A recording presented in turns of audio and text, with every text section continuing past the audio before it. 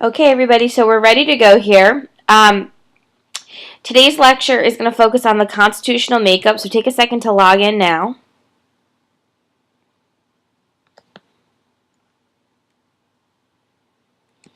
Okay, so our objective today is for, while you're figuring out, basically how the outline is structured and basically what it says, whether or not you need to assess whether or not it actually establishes a true democracy, or at least a true representative democracy, right? We know that. And in its own way, does it limit the scope of government? So does it help to limit government power? We're also going to take a really detailed focus on how the Constitution can be formally amended.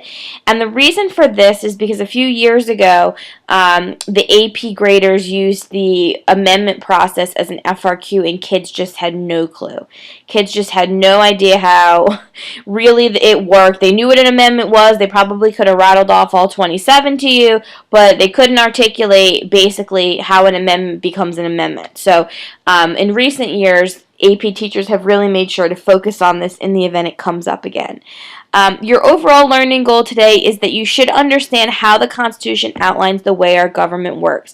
I always explain to kids the Constitution is a blueprint. It is the outline of rule book, if you will, for how our government works. Okay, so let's get started. The Constitution is structured, and it's broken into three specific parts. The first part is the preamble, the second part is Articles 1 through 7, and the third part is the amendments. I need you to understand that the amendments were not part of the original Constitution. They were added first as what we call the Bill of Rights, the first 10, but they were added after the original document had been begun to be ratified, approved by the other states. So if you really take the actual document itself, all you would find would be the preamble, the articles, and the signatures of the people who helped to create it, the people at the convention. The amendments do not come until afterwards, and that's extremely important for you to realize, okay? We're going to look through every single specific part together. So, preamble. I'm going to read it out loud, you're going to follow with me, and I want to go over a couple of really important keywords. We, the people of the United States, in order to form a more perfect union, establish justice, ensure domestic tranquility, provide for the common defense, promote the general welfare, secure the blessings of liberty to ourselves and our posterity, do ordain and establish this Constitution for the United States. The preamble is the introduction. It's the opening line, okay, to this really important document that's painstakingly been debated and written and thought of. The first three words, we the people, are the most important words in the entire document. That phrase, we the people, establishes two major concepts that you've learned about previously. First and foremost, it establishes the concept of popular sovereignty. The nation itself is going to be run by who? By we the people. And it's right there, first three words, bang, done, okay? Secondly, the second idea that this begins to highlight is this concept of the social contract. We talked about the social contract as an agreement between people and the government. We are establishing this again with those first three words. We the people, we are part of the social contract. This isn't a government writing a document. This is the people writing the document. So it's really important. The founders chose these words very carefully. This was done painstakingly, meticulously, to really highlight some general ideas and principles that we'll explore in our next lecture. But for right now, I really want you to focus on those three words because they're really super important. Now, the preamble is important, and a lot of teachers that teach government in not just the U.S. but in many places throughout the world use our preamble as a way to teach about the purposes of government. The founders, super smart guys, as you know, they're really thoughtful in their development of the preamble, okay? Here's what the founders basically do is they take their philosophy on the role of government, they take their philosophy on the purpose of government and what government is supposed to do, and they put it in this really awesome opening sentence, okay? So here are your 6 goals on the left, okay? When you take the preamble and you flesh it out in more detail, the 6 goals that the founders are saying is they want to form a more perfect union. What's that mean? They want to make the country better and stronger. And you can easily see why they would need to do that. The Articles of Confederation is an absolute disaster. Second thing, they need to establish justice. They want laws, and they want those laws to be fair and impartial. Third, they want to ensure domestic tranquility. You need to realize this was a nation that had fought a long revolutionary war, and on top of that, okay, they had a lot of problems even within their own convention. So they want to make sure that they can control factions, that they can control interest groups. 4, they want to provide for the common defense. They want to make sure that the nation can defend itself against its foreign enemies. 5, they're going to promote the general welfare. The government, as part of the social contract's job, is to serve the people. And it might be serving the people in a variety of capacities, okay? It might be serving the people by providing safety and security. It might be serving the people by providing them a safety net. Like today we would have welfare. We would argue that's a way to serve the people, okay? But they want to make sure that the people are served. Might be economically, etc. 6, they're going to secure the blessings of liberty. They're going to make sure that certain freedoms and rights are secured for who? For themselves and their posterity. The posterity is the future. So the founders are really careful. They're really clear. They're really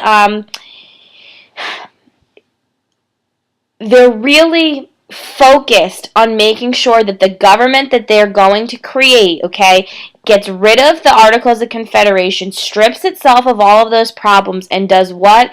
Creates a government that's going to be better than it was before, has fair and impartial laws, controls factions, controls interest groups, controls people that have competing views in society, and, controls foreign enemies, make sure that the nation is safe and protected and the people in it are safe and protected, that first and foremost the government serves who? We, the people, and in doing so it helps to protect those people's rights and freedoms. Those are your most important things. That's the preamble. You can tell I like the preamble, I'm sure. Now, the 7 articles come next. So we have this opening phrase that highlights the philosophy on the role of government. The next is the actual outline itself, okay? Article 1 is Congress. Article 1 discusses the legislative branch, okay? Congress, legislative branch, same thing, and how that branch specifically works. Article 2 is the executive branch. So it's going to talk about the executive, what that leader is going to do, how it's, they're going to be elected, qualifications, etc. Article 3 is judicial, the judiciary. Okay, this is the shortest article of all. They're not really sure how the judicial system is going to work. They know they need one, but they're not really sure of all the details. 4, they're going to talk about relations among the states. They're going to focus on something called the necessary and proper clause. And they're going to also talk about interstate relationships. They're going to talk about extradition and things of that nature. 5, Article 5 is going to highlight how you go about changing and amending the Constitution. The founders are smart. They want to create what's called a living document. They don't want to create a document that basically could not change with the ebbs and the flows and the nature of society. These guys are brilliant. They know that society is going to change and that 100 years from now, the document's going to need to articulate and serve people in a very different way. Thank goodness they put in this clause to be able to change the document as needed, okay? And that's going to be extremely helpful, especially in the modern era. Article 6 talks about the role of the national government and focuses on something called the Supremacy Clause. The Supremacy Clause is extremely important. The Supremacy Clause outlines the idea of what's called federalism, which you'll learn about in the next lecture. What it basically says is, okay, that the national government is the supreme being, okay? Sometimes people call God their supreme being. Why? God is your highest power. The national government is the highest power in the land. It's the law of the land. So whenever there's going to be a dispute between the federal or the national government and the states, who's going to come out supreme? The national government, the federal government. So, Article 6 really highlights that, yes, the states have a role, but their role is subservient. The states are to serve the federal government. The last piece is Article 7, and it's going to talk about ratification. They're going to go through the process on basically how each state is going to be able to approve whether or not they want to ratify, approve, accept the Constitution as part of their law. And once they get a simple majority of states to do so, the Constitution will be the law of the land. So they weren't looking to get all 13 states. They knew that that might not happen, at least not initially right away, okay? So they just want to get a simple majority. The best way that I have come up with, and that I was actually taught when I took AP Government myself, guys, to remember the structure of the Constitution is PLEJA JFASRA. Please let every junior find a subject to rock all year. P, preamble. L, legislative. Legislative and Congress are the same thing. Executive, every. Judicial, junior. Full faith and credit. Okay, interstate relationships. F. Amendment process. A. Supremacy clause. Subject to. Ratification process. Rock. And all year is your amendment piece. This has been the most helpful thing. I still remember it, to this day. Whenever I'm even thinking about it, I always remember, okay, please let every junior find a subject to rock all year. So hopefully, if you are somebody who likes mnemonic devices, hopefully that will be available to help you. Okay, we're going to focus now for the rest of the lecture on the amendment process, amending the Constitution. You're going to spend some time diving into the legislative, executive, judicial, and full faith and credit or interstate relationship piece on your own during the scavenger hunt. I need to explain the amendment process to you because it can be a bit confusing to kids, and I think having me as a resource will be helpful, and also being able to go through and listen to it a couple more times will certainly be helpful. I do have a couple things I want to note before we move on. There isn't really any research that indicates it, but there is a general assumption, a general thought, that the founders ordered the Constitution in the way that they thought, and ordered the branches most specifically in the order they believed was most important. So most historians, most political scientists would agree that the legislative branch, according to the founders, was the most important. That's why they put it first as Article 1. They believed that the executive was the second most important branch, and that the judicial, they weren't really sure of. They didn't really know how that was going to work. It was going to take some time, okay? So, I think that's helpful for you to recognize, especially as you're looking through it. You're going to see the judicial branch and say, oh my God, there's nothing here. And you're going to see how extensive that the legislative branch is, and most of us think that was purposely done, okay? All right, so let's jump to amending the Constitution. So this is your fifth article. And on your organizer that you're using, you have this little graphic. So, hopefully you're filling this out. We're going to talk about the differences between a formal amendment and an informal amendment. We're going to talk about how each happens and then how often, okay? So that's what you're going to be putting in. There's two ways to amend the Constitution. The first is a formal amendment. A formal amendment is actually when you change the words of the Constitution, and it has a two-step process that accompanies it, okay? Each amendment in this way is numbered. There's 27 total. And some of the amendments cancel out previous ones. For example, the 18th Amendment outlawed alcohol.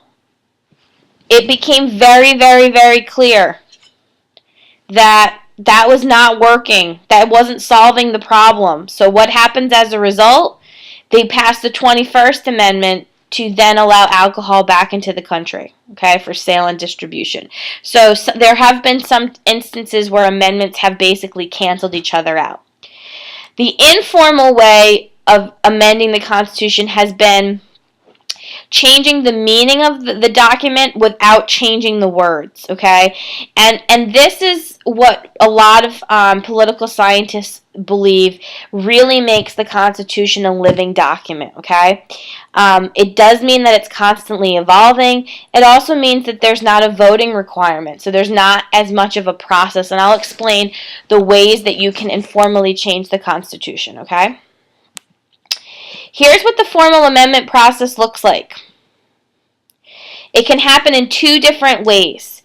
The first way is that Congress, the people, your House of Representatives and your Senate, okay, they propose an idea. That idea is then voted in both the Senate and the House.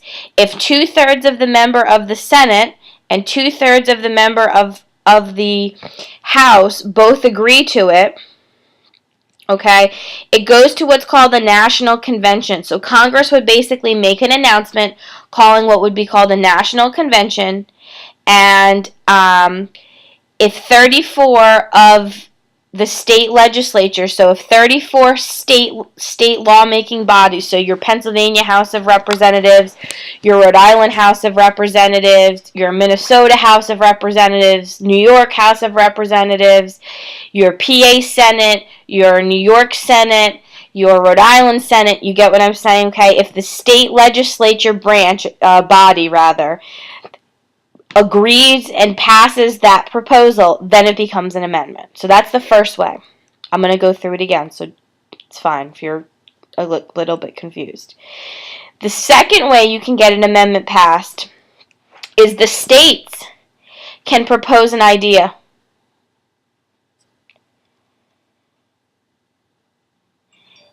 And if 38 of the states agree with that idea, or the states themselves hold conventions, then it can pass. Okay? So that's the second set of steps. So first an idea has to be proposed, then the idea has to be approved. Okay? So here's how it goes. Step 1, an amendment is proposed by the U.S. Congress, so by the House and the Senate that work in D.C. 2/3 of the people that work in the Senate and the House say this is a good idea. Then it goes to every single state legislative body. If 3/4 of them believe it's a good idea, so 38, it becomes an amendment. This has been the most common one. This is how it's happened 26 out of the 27 times. So for example, we don't want alcohol to be a law anymore. That's proposed in Congress. 2/3 of the members of the House say we think that's a good idea. 2/3 of the members of the Senate say they think that's a good idea.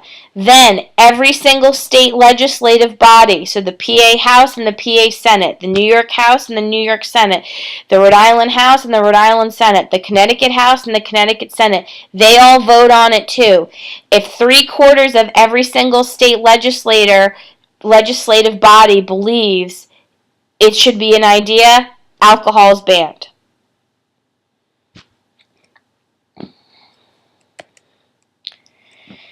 Bottom step.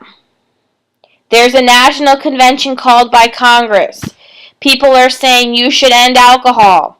Congress calls a national convention, okay? 2/3 of every state vote on this idea. Do we want to keep alcohol banned, or do we want to allow it to be sold and distributed again? After they figure out whether they want it to be sold and distributed again, then, okay, every single state holds their own convention, and if 3/4 of those states all approve it, then there you go. It becomes an amendment. That's the least common. The one on the way is the least common. You will see, okay? It can happen basically 4 different ways. It's only ever happened the top way, okay?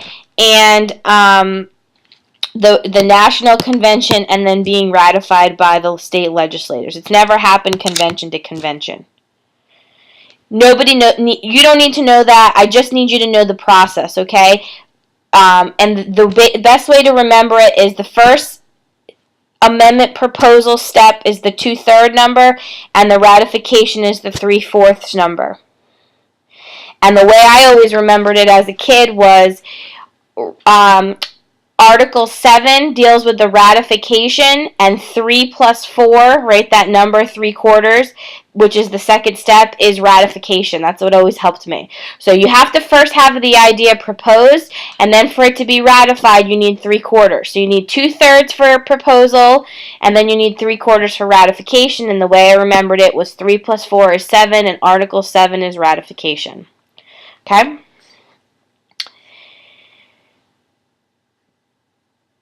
What are the informal methods? The informal methods are executive actions. We talked about those a little bit at the very start of our unit and course, okay? Executive actions are when a president basically takes the Constitution and interprets it different. And the way and the kind of action that he passes, or she someday, creates basically an informal amendment, creates a formal change to the Constitution. A couple of important ones were Executive Order 966, when they internalized the Japanese in the internment camps, okay? The 15th Amendment says you cannot basically discriminate. You know, everybody has to have equality under the law regardless of their race and, all of that. Well, that's not necessarily true based on Executive Order 966. Why? Because we took people of a certain racial group, ethnic group, and we interned them to protect what we believed was quote-unquote safety. Executive Order 9981, integration of the armed forces, okay? So that allowed the military to not be segregated, so that was obviously an informal change. That was a positive one. Use of the armed forces itself, or when the president enters into an executive agreement. Technically, okay, the only people that can approve a treaty are Congress. The president can come up with the treaty with another nation, but Congress ultimately has to approve it. We talked about when the president passes an executive agreement, it doesn't require Congress to approve it at all. So he basically, or she, circumnavigates around Congress. The Constitution itself, guys, is a basic skeleton. What we have done is added the flesh. Okay, so your Constitution is your bones. Over the years, through laws and our interpretation of the document, the way we define it, the way that we understand it, has helped to define the meanings of the document itself.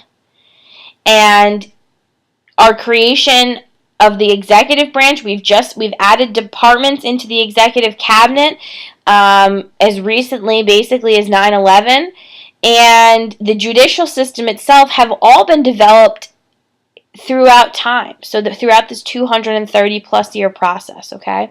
So I really want you to understand that the Constitution itself is that skeleton, and what we've done over time is add the flesh to it. As you're working through your scavenger hunt, I think you're going to be able to play with it a little bit more. I think you're going to be able to really dive into the legislative, executive, and judicial branches and understand the qualifications and of the people that need to serve in those bodies, and also just kind of how Congress is supposed to function differently from the president, etc. Okay, and of course, when we get to our specific units on all of them, that will make more sense. Let me know if you have any questions, and feel free to pause, replay as many times as you need to, and good luck.